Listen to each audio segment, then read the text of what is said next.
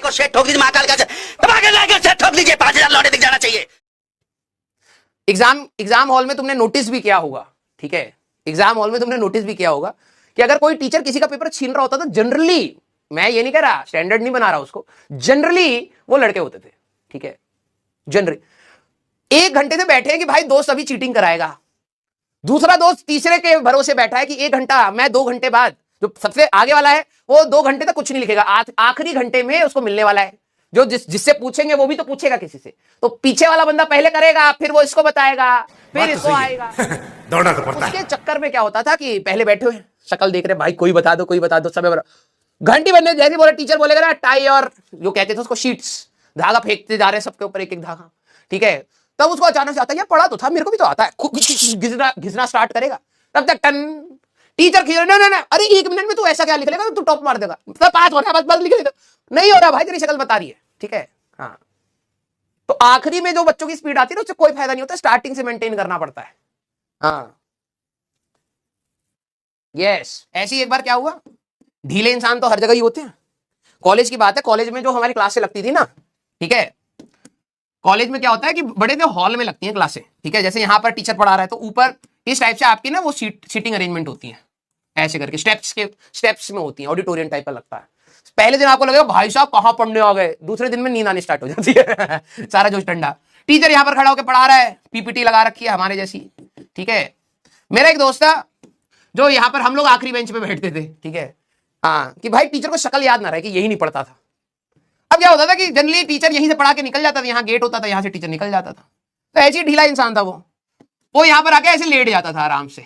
ठीक है, और मैं यहाँ पर बैठा हुआ हूँ, तो कई बार मेरे को नींद आती थी तो मैं कहता था भाई मेरे को सोने थे, ठीक है, अटेंडेंस लगाई, आराम से 12 बारी सो रहे हम, ठीक है। तो एक दिन क्या हुआ कि मेरे को भी बहुत तेज नींद आ रही थी, ठीक है, और वो भी कह रहा कि भाई मेरे को भी बहुत तेज नींद आ रही है, लंच के बाद की क्लास थी, ठीक है, अब मेरे को चाहिए था यार कि किसी तरीके से एक जगह खाली करे तो मैं सो जाऊं, और 3 घंटे का लेक्चर था, 3 घंटा भी मुश्किल से 2 मिनट हुए लेक्चर में ऐसा भी नहीं, आधा पार हो चुका है, ठीक है। तो अब क्या हुआ कि टीचर बहुत खतरनाक सीरियस, अब उसकी क्लास में जाना है, नहीं तो अटेंडेंस भाई साहब मिलेगी नहीं, ठीक है, बिल्कुल नहीं। अब वो सो रहा है, ठीक है, 2 मुश्किल से 5 मिनट हुआ, आती सो गया, ठीक है, और गहरी नींद में था, मैंने पांव हिलाया, भाई साहब नहीं हिल रहा, मैंने कहा सो चुका, अब तो ये जगह देगा नहीं। तो क्या होता है जनरली टीचर ना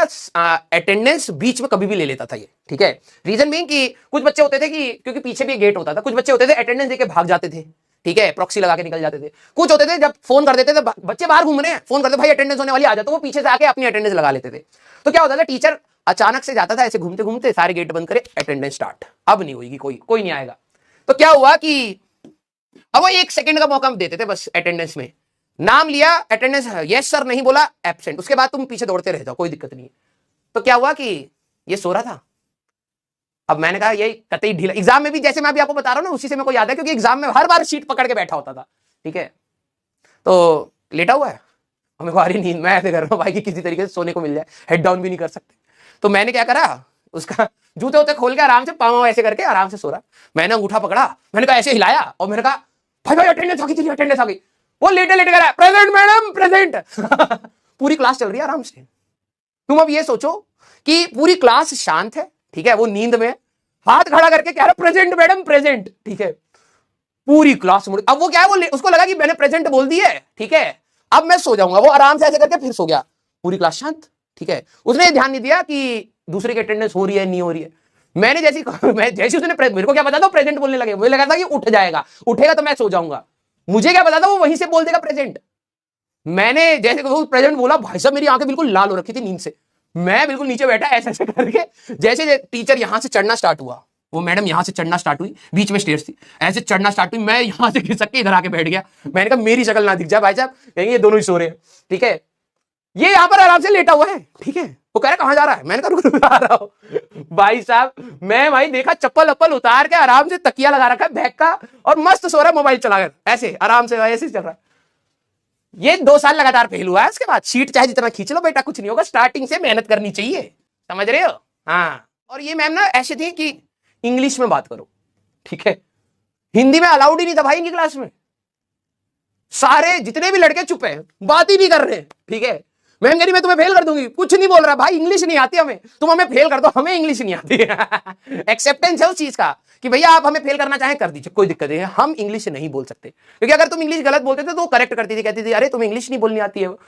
लड़के जितने भी हैं सारे के सारे चुपचाप बैठे, गाली दे लो, हम नहीं बोल रहे, वैसे थे हमारे बैच में। हाँ डर के जैसे बढ़ती लहर, पवन डर के जैसे ढाती कहर, सोने सा चमके उसका पतन, छू दे तो अमृत बन जाए शहर।